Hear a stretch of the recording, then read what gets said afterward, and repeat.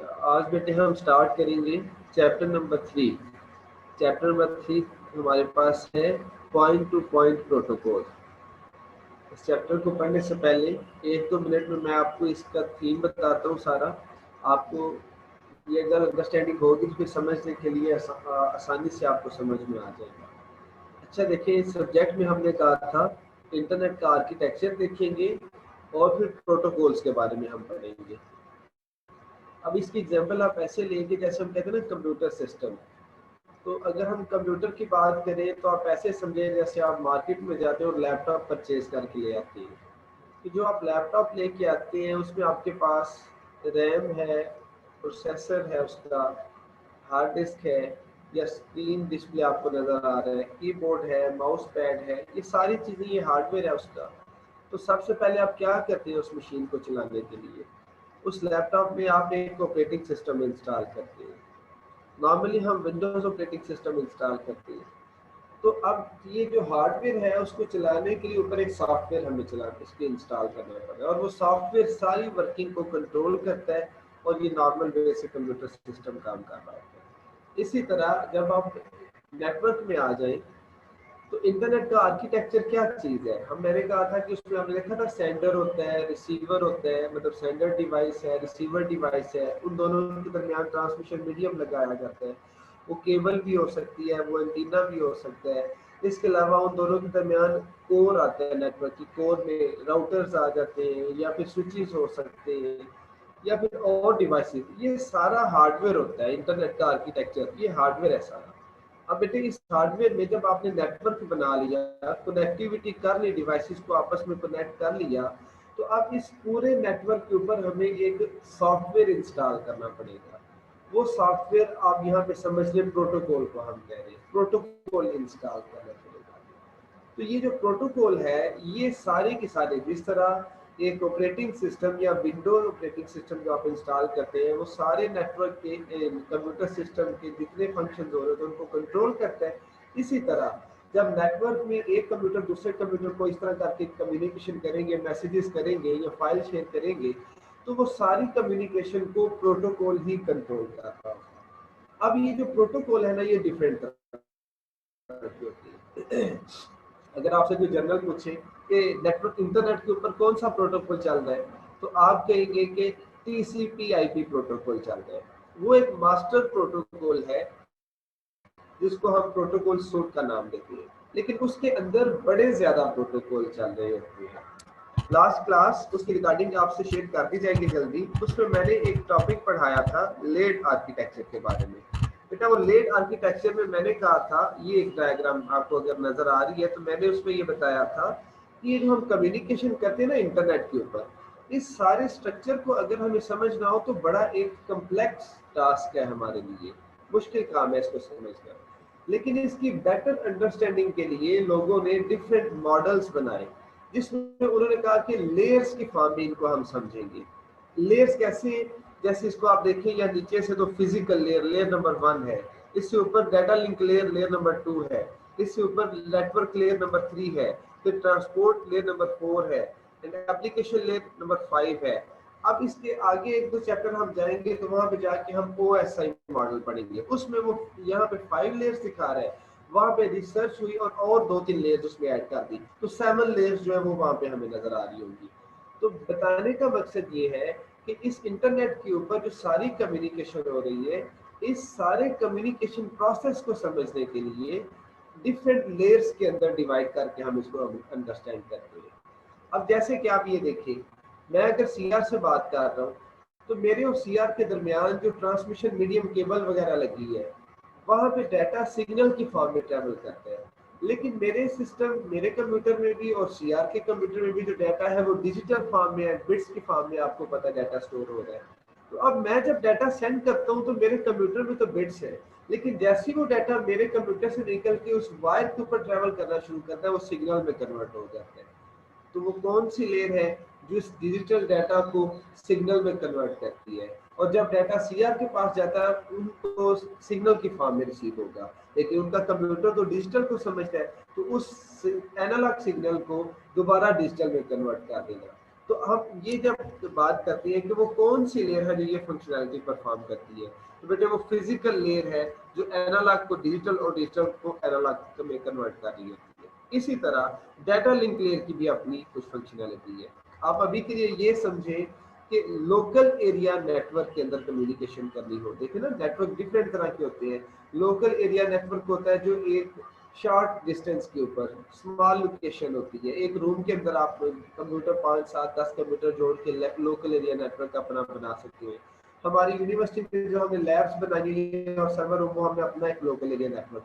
तो अगर local area network में कम्युनिकेशन करनी है, लोकल एरिया नेटवर्क का मतलब होता है कि सेंडर और रिसीवर एक ही नेटवर्क के अंदर बैठे हुए हैं। अगर आपने लोकल एरिया नेटवर्क में कम्युनिकेशन करनी है तो डाटा लिंक लेयर कम्युनिकेशन करवाती है। इसी तरह अगर आपने अपने नेटवर्क से बाहर निकल के किसी और नेटवर्क में कम्युनिकेशन करनी है तो वो नेटवर्क लेयर करवाती है।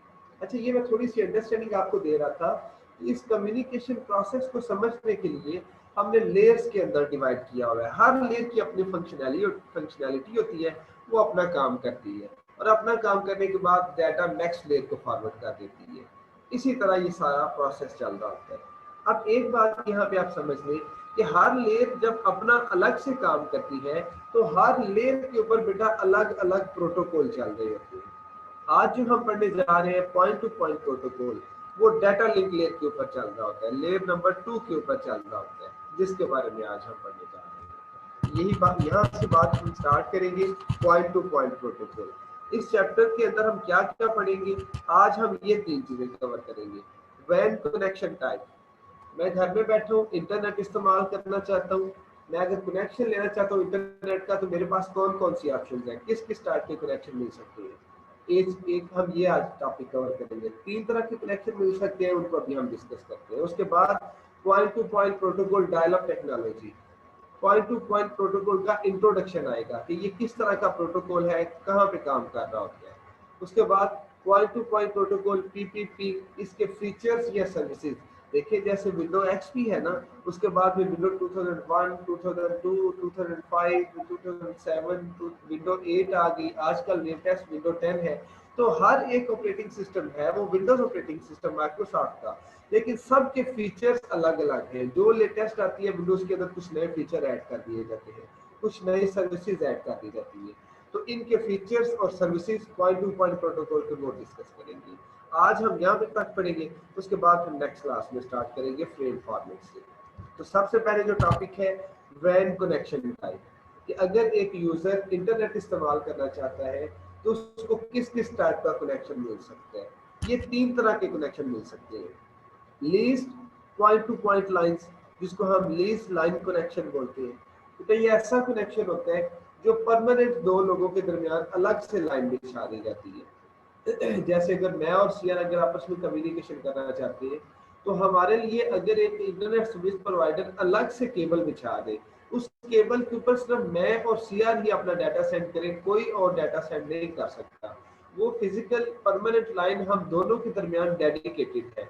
इसको लीस्ट लाइन या least point to point line का नाम देते हैं। एक्सपेंसिव है क्योंकि उस लाइन को सिर्फ हमारे लिए बिछाया गया, तो उस सारी लाइन का जो रेंट है मंथली वो सिर्फ मैं और सियार मिलकर पे करेंगे।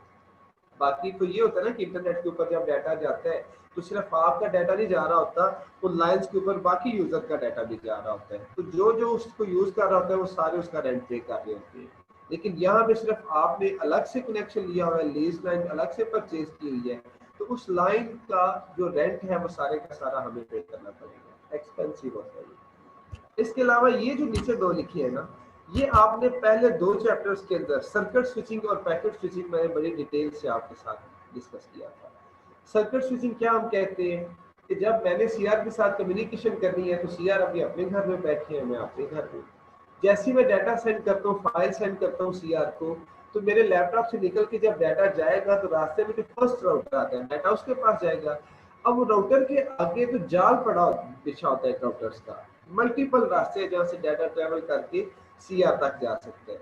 लेकिन बेटा उन ज्यादा रास्तों में से किसी एक रास्ते को अगर हम परमानेंट डिसाइड कर लें कि इसी रास्ते के ऊपर सारा डाटा जाएगा, तो हम कहते हैं कि दोनों मेरे और सीआर के दरमियान एक सर्किट बन चुके हैं और वो प्रोटोकॉल ही बनाते हैं और इस सर्किट के ऊपर सारा डाटा मूव करेगा। किसी और पाथ के ऊपर नहीं जाएगा, ये सर्किट स्विचिंग होती है। तो ये कनेक्शन भी हम ले सकते हैं। और पैकेट स्विचिंग में मैंने बताया था कि ये आप जब डाटा सेंड करेंगे तो कोई एक सर्किट नहीं बनता, डिफरेंट पाथ से डाटा मूव होते होते अपने डेस्टिनेशन तक चला जाता है। इसको पैकेट स्विच नेटवर्क का नाम देते हैं। तो ये 3 तरह के कनेक्शन है। अगर हम इंटरनेट पे कनेक्शन लेना चाहते हैं तो इन तीनों में से कोई एक कनेक्शन हम ले सकते हैं। इनकी डिस्क्रिप्शन नेक्स्ट स्लाइड में दी गई है। नीचे वाले ये जो सर्किट स्विचिंग और पैकेट स्विचिंग है, ये मैंने आपको भी बता भी दिया, हमने इसको पहले डिस्कस भी किया हुआ है काफी डिटेल से पहले 2 चैप्टर्स में। तो इनकी डिस्क्रिप्शन आगे लिखी है, वो आप पढ़ लेंगे। मैं लीज लाइन आपके साथ डिस्कस करता हूँ, ये एक नई बात आ जाएगी। लीज लाइन क्या है जी? डेडिकेटेड। तो डेडिकेटेड से बेटे हमें पहले ये समझ आ गया कि ये डेडिकेटेड का मतलब है कि बस 2 लोगों के दरमियान ये लाइन बिछाई जाएगी, इसमें कोई थर्ड पार्टी इन्वॉल्व नहीं होगी। नॉर्मली आप समझे तो सिंगल पर्सन इसको नहीं, ये कनेक्शन नहीं लेते। हम जो है वो डाटा, ये जो पैकेट स्विच नेटवर्क है इसका कनेक्शन ले लेते हैं। ज्यादातर ये होता है कि एक बड़ी कंपनी है, उसका एक ऑफिस गुजरांवाला में है, दूसरा ऑफिस लाहौर में है। तो लाहौर और गुजरांवाला की उस दोनों कंपनीज की ब्रांचेस के दरमियान कम्युनिकेशन करवानी है। अगर उनका इंटरनेट में ज्यादा काम है, उनको स्टेबल कनेक्शन चाहिए, तो फिर वो इंटरनेट सर्विस प्रोवाइडर से एक लीज लाइन परचेज कर लेती है। क्योंकि उनका उसका रेंट भी ज्यादा होता है, तो वो बिजनेस कंपनी है, बिजनेस कर रही है, तो वो रेंट पे कर सकती है उसका। तो वो कह रहा है कि लीज लाइन क्या है? Dedicated always on circuit between 2 and points. बेटा दोनों एंड पॉइंट्स, एक गुजरांवाला में ऑफिस, एक लाहौर में, दोनों एंड पॉइंट्स के दरमियान वो कनेक्शन हमेशा ऑन रहेगा, कभी भी वो कनेक्शन डाउन नहीं होगा उनका।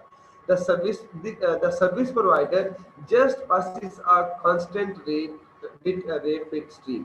या देखिए आप जितना आपने कनेक्शन लिया, 10 MB का, 20 MB का या 50 MB का, जितना आप कनेक्शन लेंगे, जिस बैंडविड्थ को आप परचेज करेंगे, उस लीज लाइन के ऊपर वो आपको प्रोवाइड कर दी जाएगी और उसी स्पेसिफिक स्पीड के साथ आप कम्युनिकेशन करते रहेंगे। Generally is more expensive than packet switching today. तो जो पैकेट स्विचिंग है या सर्किट स्विचिंग है, उन दोनों से ज्यादा एक्सपेंसिव टेक्नोलॉजी है ये लीज लाइन वाला कनेक्शन ज्यादा एक्सपेंसिव होता है। तो इस स्लाइड में हमने सीखा कि वो जो 3 तरह के कनेक्शंस हैं वो किस किस तरह के, उनकी डिस्क्रिप्शन हमने यहाँ पे सीखी। नेक्स्ट स्लाइड में डाटा लिंक लेयर की अभी मैंने आपके साथ बात की थी, जो मैंने आपको थोड़ी देर पहले एक पिक्चर दिखाई, उसमें नीचे फिजिकल लेयर थी, उसके ऊपर डाटा लिंक लेयर थी। तो मैंने आपसे कहा था कि हर लेयर के ऊपर बड़े ज्यादा प्रोटोकॉल चल रहे होते हैं। तो इस स्लाइड में पहले उसने बताया कि डाटा लिंक लेयर के ऊपर कौन कौन से प्रोटोकॉल चल रहे हैं। डाटा लिंक प्रोटोकॉल्स और point to point WAN links. Data link layer के ऊपर कौन कौन से प्रोटोकॉल हैं? बड़े ज्यादा प्रोटोकॉल चल रहे हैं, जिनमें जो 3 फेमस है उसके नाम उसने यहाँ पे लिखे हैं। सीरियल लाइन इंटरनेट प्रोटोकॉल, इसको स्लिप के नाम से, SLIP के नाम से हम जानते हैं। एक high level data link control, इसको SDLC के नाम से जानते हैं। और एक point to point protocol, PPP। तो ये जो चैप्टर है इसमें हम इसी को डिस्कस करेंगे, पॉइंट टू पॉइंट प्रोटोकॉल। तो ये उसने बताया, ये बताने की कोशिश की कि डाटा लिंक लेयर जो लेयर नंबर 2 है, वहां पे बड़े ज्यादा प्रोटोकॉल चल रहे हैं, जिनमें से एक प्रोटोकॉल का नाम पॉइंट टू पॉइंट प्रोटोकॉल है। तो इस चैप्टर में हम इसी को डिस्कस करेंगे। तो देखिए उसने नीचे बताया कि लीज लाइन का कनेक्शन आप ले लें, ठीक है, आप सर्किट स्विच का कनेक्शन ले लें, जो मर्जी कनेक्शन या पैकेट स्विच, इसमें वो SDLC, PPP, SLIP ये सारे चल रहे होते हैं। H25 frame relay and ATM ये सारे यहाँ पे चल रहे होते हैं। लेकिन इसमें इस चैप्टर में जो हम पढ़ेंगे वो सिर्फ पॉइंट टू पॉइंट प्रोटोकॉल की बात करेंगे। तो नेक्स्ट स्लाइड में वही topic, point to point protocol, उसका इंट्रोडक्शन। तो पहले हमने वो टॉपिक कवर किया कि अगर हम कनेक्शन लेना चाहते हैं तो 3 तरह के connection, lease line, circuit switch, packet switch. दूसरा हमारे पास टॉपिक आ गया पॉइंट टू पॉइंट प्रोटोकॉल। इसके बारे में हम इंट्रोडक्शन है स्लाइड के अंदर कि ये किस तरह का प्रोटोकॉल है।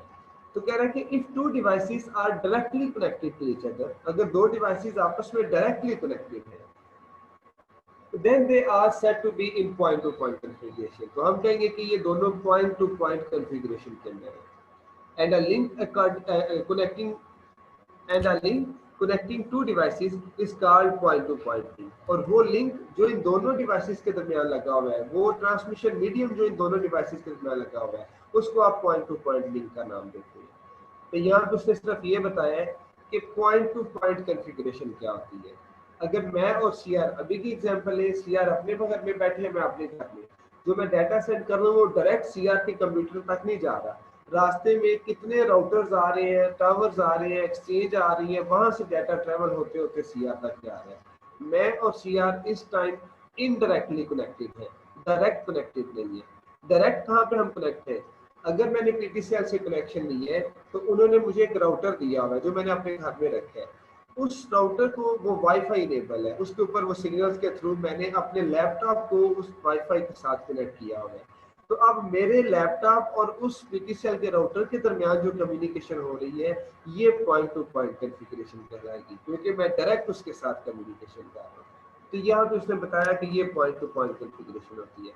Point to point protocol is a data link layer protocol. तो बेटा दूसरी लाइन में वो बता रहे हैं कि ये जो पॉइंट टू पॉइंट प्रोटोकॉल है ये डाटा लिंक लेयर का प्रोटोकॉल है। अभी मैंने आपको बताया था कि layer number 2 data link layer के ऊपर चल रहा होता है, that operates over a point to point link. तो ये उसने यहाँ पे बात बताई कि जो आपका पॉइंट टू पॉइंट प्रोटोकॉल है ये layer number 2 data link layer के ऊपर चल रहा होता है और ये दो डायरेक्टली कनेक्टेड डिवाइसेस के दरमियान कम्युनिकेशन करने के लिए यूज किया जाता है। उसके बाद उसने बताया जी पीपीपी ओवर द इंटरनेट। आजकल पॉइंट टू पॉइंट नेटवर्क जो प्रोटोकॉल है इंटरनेट के ऊपर कहाँ कहाँ पे इस्तेमाल किया जा रहा है, तो डिफरेंट लोकेशंस है जो उसने बताई है। जैसे वो फर्स्ट नंबर पे कह रहा है today millions of internet users who need to connect their home PCs to the internet use PPP.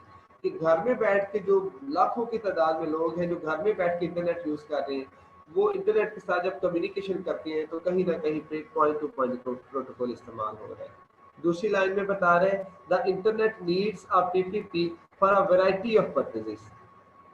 Different purposes के लिए PPP point to point protocol को इस्तेमाल किया जा रहा है। कहाँ कहाँ पे, including router to router traffic. बेटा हमने कहा था ना एक नेटवर्क एज होता है और जब नेटवर्क एजेस के दरमियान सारा कोर होता है तो नेटवर्क कोर में बड़े ज्यादा राउटर्स का जाल बिछा होता है। अब एक राउटर से डाटा नेक्स्ट राउटर तक जाता है, वहां से डाटा नेक्स्ट राउटर तक जाता है, वहां से नेक्स्ट, इस तरह करते करते अपने डेस्टिनेशन तक जाते हैं। तो अब ये जो दो राउटर डायरेक्टली आपस में कनेक्टेड होते हैं ना, एक राउटर से डाटा दूसरे राउटर में तक जाता है, तो यहाँ पे भी पॉइंट टू पॉइंट प्रोटोकॉल इस्तेमाल किया जा रहा होता है। And home users to ISP dial up. तो होम यूजर ने जैसे इंटरनेट सर्विस प्रोवाइडर फर्ज करें पीटीसीएल से कनेक्शन दिया है तो यहाँ पे भी पॉइंट टू पॉइंट प्रोटोकॉल को इस्तेमाल किया जा रहा है। थर्ड लाइन में वो बता रहे हैं the majority of users have a traditional modem, DSL modem or cable modem। बड़े ज्यादा यूजर्स हैं जो अभी तक कुछ ट्रेडिशनल मॉडम यूज कर रहे हैं which connects them to the internet through a telephone line or a TV cable connection। जो इनको डिफरेंट केबल्स के थ्रू इंटरनेट के साथ कनेक्ट कर रहे हैं वहां पे भी पॉइंट टू पॉइंट प्रोटोकॉल को इस्तेमाल किया जाता है। The telephone line or the cable TV connection provides a physical link but to control and manage the transfer of data there is a need of PPP। तो कह रहा है कि दो डिवाइसेस को चाहे आप आपस में कनेक्ट कर लें डायरेक्टली लेकिन उनके दरमियान प्रॉपर कम्युनिकेशन करने के लिए जो protocol point to point protocol है ये आपको जरूर वहां पे चाहिए होगा। तो इस स्लाइड में हमने सीखा पॉइंट टू पॉइंट प्रोटोकॉल क्या है, उसका थोड़ा सा इंट्रोडक्शन और ये कहाँ कहाँ पे इस्तेमाल किया जा रहा है। दो पॉइंट हमने कवर कर लिए आज के। थर्ड हमारे पास पॉइंट है टीपीपी के फीचर्स या फिर सर्विसेज। क्या देखिए जैसे मैंने कहा ना कि विंडो एक्सपी थी या विंडो 2001 है, 2007 है, विंडो 8 है, विंडो 10 है, तो जैसे जैसे ये लेटेस्ट विंडो आती गई ना उसके अंदर और ज्यादा फीचर्स को हम ऐड करते गए और ज्यादा सर्विसेज को ऐड करते गए। इसी तरह जब जैसे हर एक ऑपरेटिंग सिस्टम के अपने अपने फीचर्स होते हैं, अपनी अपनी सर्विसेज होती हैं जो वो डिफरेंट फंक्शन परफॉर्म करते हैं, इसी तरह हर प्रोटोकॉल के भी अपनी अपनी सर्विसेज या अपने अपने फीचर्स होते हैं। अब पॉइंट टू पॉइंट प्रोटोकॉल के क्या सर्विसेज या फीचर्स हैं उनको इस स्लाइड के अंदर डिस्कस करेंगे। तो यहाँ पे देखिए उसने ये सारे नाम लिखे हैं कि इंकैप्सुलेशन फ्रेमिंग ये सर्विस भी है, एरर डिटेक्शन एंड करेक्शन ये सर्विस भी है, सपोर्ट करता है पीपीपी मल्टीपल नेटवर्क लेयर के प्रोटोकॉल्स को, ऑथेंटिकेशन भी की जाती है इसके अंदर, link establishment, termination and maintenance. ये 5 सर्विसेज लिखी हुई है इसकी या फीचर्स आप कह लें। इनको वन बाय वन अभी डिस्कस करेंगे। सबसे पहले उसने डिस्कस किया है link establishment, termination and maintenance को। अब आप देखिए ये पहले तो हमें ये समझ आ गई कि ये प्रोटोकॉल कहाँ पे इस्तेमाल होता है, जहाँ पे दो डिवाइसेस डायरेक्टली आपस में कनेक्टेड होती है। अब बेटा जब दो डिवाइसेस आपस में कनेक्ट होती है वो कम्युनिकेशन करना चाहती है ना, जब तो 3 फेजेस होते हैं उनके दरमियान। पहला फेज क्या होता है, कम्युनिकेशन करने से पहले, डाटा शेयर करने से पहले वो एक दूसरे के साथ कनेक्शन बनाती है। फर्ज करें अगर मैं और सीआर डायरेक्टली आपस में कनेक्टेड है, तो मैं सीआर को कोई फाइल ट्रांसफर करना चाहता हूँ, तो पहले मेरे सिस्टम से सीआर के सिस्टम की तरफ एक मैसेज जाता है कि मैं फाइल शेयर करना चाहता हूँ, क्या आप रेडी हैं? तो वहां से फिर एक्नॉलेजमेंट आती है, अगर वो मशीन फ्री होती है दूसरी, तो वो मैसेज करते हैं जी मैं फ्री हूँ। तो अब ये जो इन्होंने कम्युनिकेशन की डाटा शेयर करने से पहले, इसको हमने कहा कि वो आपस में कनेक्शन बना रहे हैं, वो आपस में लिंक को एस्टेब्लिश कर रहे हैं। उसके बाद फिर क्या होता है, जब लिंक बन जाता है तो फिर मैं डाटा ट्रांसफर करना शुरू कर देता हूँ। सीआर को मुझे करते हैं डाटा ट्रांसफर, मैं सीआर को करता हूँ, तो दूसरा फेज ये होता है। और थर्ड फेज, डाटा ट्रांसफर कर लिया, अब काम खत्म, तो अब इस कनेक्शन को टर्मिनेट कर दिया जाता है, कनेक्शन खत्म कर देते हैं। तो ये 3 फेजेस इन्वॉल्व होते हैं। तो ये वो कह रहा है कि ये जो पॉइंट टू पॉइंट प्रोटोकॉल है, इसका ये फीचर है, ये इसकी सर्विस है कि ये लिंक ये एस्टैब्लिश भी करता है, ये डाटा को भी ट्रांसफर करवाता है, और फिर ये कनेक्शन को टर्मिनेट भी करता है। तो ये वो कह रहा है, देखेंगे PPP defines how two devices can negotiate the establishment of a link. ये पीपीपी डिफाइन किया जाता है कि किस तरह दोनों डिवाइसेस आपस में कम्युनिकेट करेंगी, किस तरह निगोशिएट करेंगी लिंक बनाने के लिए। जब लिंक बन जाएगा तो फिर the exchange of data, data को कैसे एक्सचेंज करेंगी, जब डाटा एक्सचेंज कर लिया तो फिर एंड पे जाके and termination of a link, और फिर उस लिंक को खत्म कैसे करना है। ये तीनों काम जो है पीपीपी प्रोटोकॉल मैनेज कर रहा होता है। अब इसके बाद इनको हम वन बाय वन डिस्कस करेंगे। इनकैप्सुलेशन फ्रेमिंग क्या होती है, एरर डिटेक्शन करेक्शन क्या होता है, इसको बात करते हैं। तो नेक्स्ट स्लाइड में हमारे पास है इनकैप्सुलेशन या फिर फ्रेमिंग।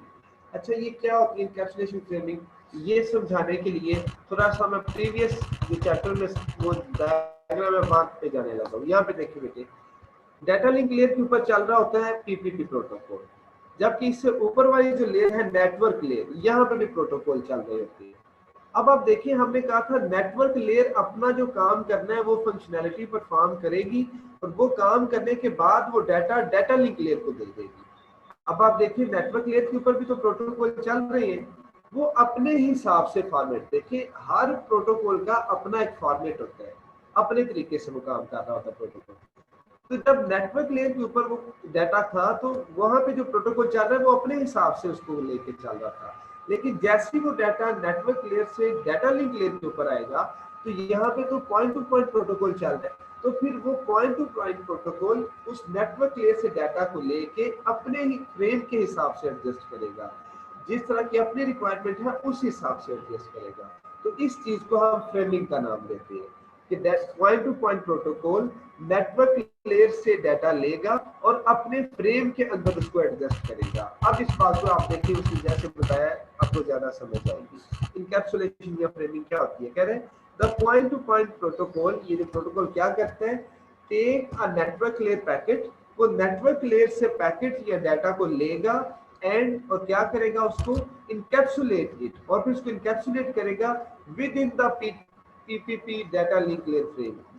जिस तरह का पॉइंट टू पॉइंट का अपना फ्रेम है उसके अंदर उसको डाल देगा, अपनी मर्जी के मुताबिक उस डाटा को बना लेगा। ये क्यों करेगा, such that the receiver will be able to identify the start and end of the both data link frame and network layer packet within the frame। वो कहते हैं ये इसलिए करता है कि जब रिसीवर को ये डाटा मिलेगा जाके, तो उसको पता होगा कि डाटा लिंक लेयर के ऊपर कैसे काम हुआ और नेटवर्क लेयर के ऊपर किस तरह जाके काम हुआ। तो ये इसका फीचर था इनकैप्सुलेशन या फ्रेमिंग। ये मैंने आपके साथ डिस्कस किया कि जब point to point protocol network layer से डाटा लेगा, तो उस डाटा को अपनी मर्जी के हिसाब से अपने फ्रेम में एडजस्ट कर लेते हैं। इस चीज को हम फ्रेमिंग या फिर इनकैप्सुलेशन का नाम देते हैं। नेक्स्ट जो हमारे पास इसका फीचर है वो है एरर डिटेक्शन एंड करेक्शन। तो देखिए, मैं अगर सीआर को मैसेज करता हूँ और मैं मैसेज करता हूँ हेलो, रास्ते में कोई थर्ड पर्सन उस डाटा को हैक करता है और उस हेलो को चेंज कर देता है गुड बाय के अंदर, और वो मैसेज आगे फॉरवर्ड कर देता है। अब मैंने मैसेज किया था हेलो, लेकिन रिसीवर ने सीआर ने मैसेज रिसीव किया गुड बाय। अब ये डाटा के अंदर एरर आ गया ना, चेंजिंग आ गई डाटा के अंदर। तो कुछ प्रोटोकॉल ऐसे होते हैं जो इस एरर को पकड़ लेते हैं। जब रिसीवर को डाटा मिलता है तो उनको समझ आ जाती है कि डाटा के अंदर चेंजिंग आ गई है। डिफरेंट टेक्निक होती है एरर डिटेक्ट करने के लिए। अब वो कह रहा है कि एरर डिटेक्शन करना और फिर उस एरर को ठीक भी करना। कुछ प्रोटोकॉल ये काम करते हैं, कुछ प्रोटोकॉल के अंदर ये काम नहीं होता। लेकिन यहाँ पे वो कह रहा है कि ये जो पॉइंट टू पॉइंट प्रोटोकॉल है, इसके अंदर एरर डिटेक्शन भी की जाती है और एरर करेक्शन भी की जाती है। एक पावरफुल फीचर है P2P का, इसको हम डिस्कस करते हैं।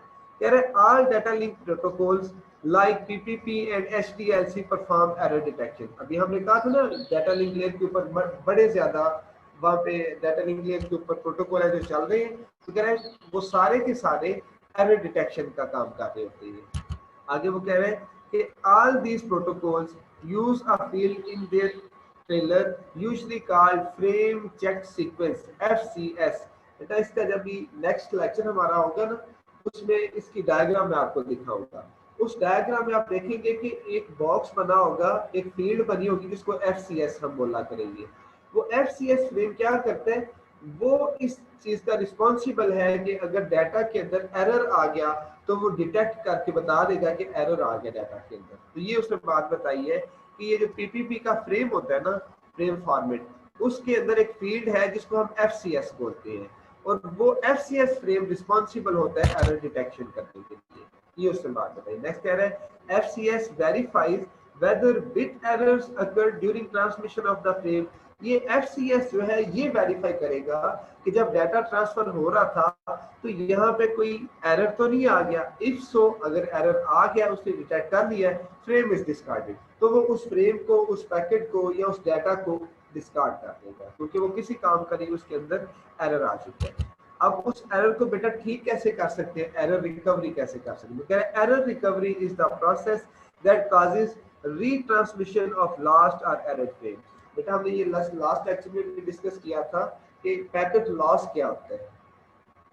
तो पैकेट लॉस में हमने कहा था कि जब एक पैकेट जो है वो राउटर डिस्कार्ड कर देता है ना, तो फिर सेंडर को कहता है इसको रीट्रांसमिट कर दो दोबारा। तो ये वो कह रहा है कि जब FCS ने डिटेक्ट कर लिया कि मैसेज के अंदर एरर है, तो वो उसको डिस्कार्ड कर देगा और फिर सेंडर को कहेगा कि इसको रीट्रांसमिट करो क्योंकि इसके अंदर एरर आ चुका था। तो ये उसने बात की कि FCS ये सारे काम कर रहा होता है। उसके बाद PPP can perform error correction. बेटा एरर डिटेक्शन एक और चीज है जिसमें एरर को पकड़ा जाता है, सिर्फ आइडेंटिफाई किया जाता है कि एरर है या नहीं, लेकिन उस एरर को ठीक करना है या नहीं करना, ये एरर करेक्शन, ये अलग एक फेज होता है। तो ये वो कह रहा है कि PPP can perform error correction. PPP error correction भी कर सकता है, but by default it is not enabled. But by default ये इनेबल नहीं होता, इसको इनेबल करना पड़ता है हमें।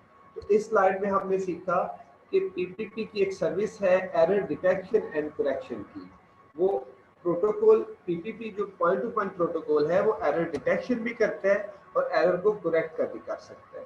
नेक्स्ट हमारे पास इसका फीचर है सपोर्ट मल्टीपल नेटवर्क प्रोटोकॉल्स का। देखिए मैंने आपको बताया ना अभी, जैसे layer number 2 data link layer के ऊपर भी हमने कहा कि 3-4 फेमस प्रोटोकॉल के नाम लिए हमने।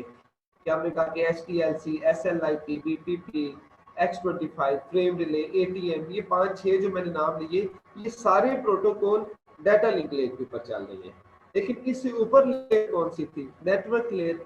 तो नेटवर्क लेयर के ऊपर भी बड़े ज्यादा प्रोटोकॉल चल रहे हैं। अब ये कह रहे हैं कि नेटवर्क लेयर के ऊपर तो जो मल्टीपल प्रोटोकॉल चल रहे हैं, वो सारे प्रोटोकॉल्स के साथ कम्युनिकेशन कर सकता है PPP। अब देखना आप ये समझे कि PPP एक पर्सन है जो लेयर नंबर 2 के ऊपर बैठा है, और वो लेयर नंबर 3 से जो डाटा आ रहा है, उस डाटा को उसने कैच करना है। अब वहां पे कभी हो सकता है एक प्रोटोकॉल तो नहीं है, वहां पे डिफरेंट प्रोटोकॉल चल रहे हैं, तो कह रहा है कि मल्टीपल प्रोटोकॉल्स को ये सपोर्ट कर सकता है। तो ये बात उसने यहाँ पे बताई। तो इसी बात को उसने सारे पैराग्राफ में लिखा कि PPP supports multiple protocol source like TCP/IP, novel IPX, Apple Talk etc running over same physical link at the same time। कि मल्टीपल प्रोटोकॉल जो चल रहे होते हैं लेयर नंबर 3 के ऊपर, उन सबको सपोर्ट कर रहा होता है PPP, उन सब के साथ कम्युनिकेशन कर सकते हैं।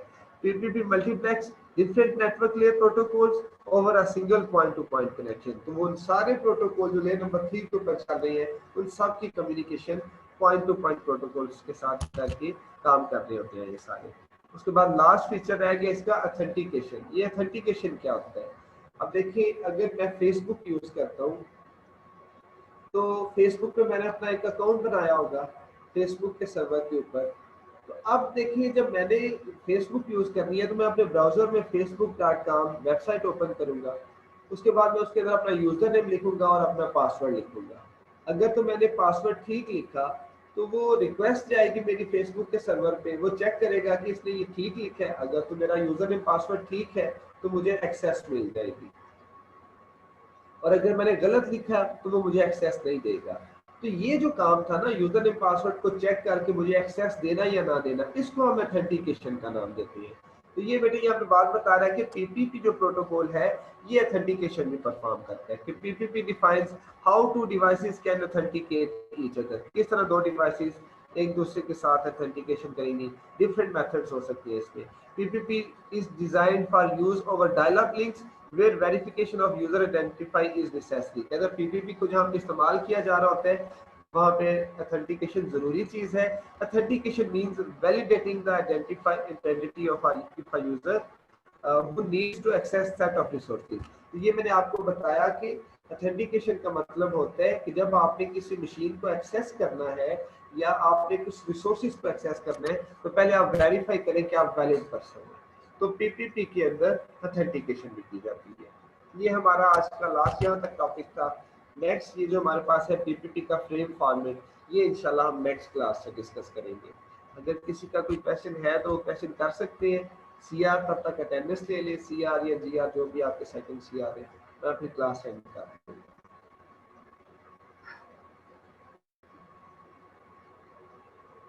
सीआर क्लास में आए, सीआर नहीं है लेकिन जीआर है क्लास में।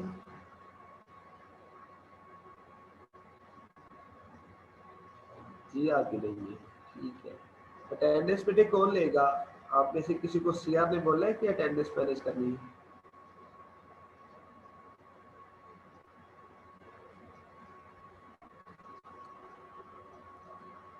ठीक है। रोल नंबर 7 अबू बकर, आपको मेरी आवाज आ रही है?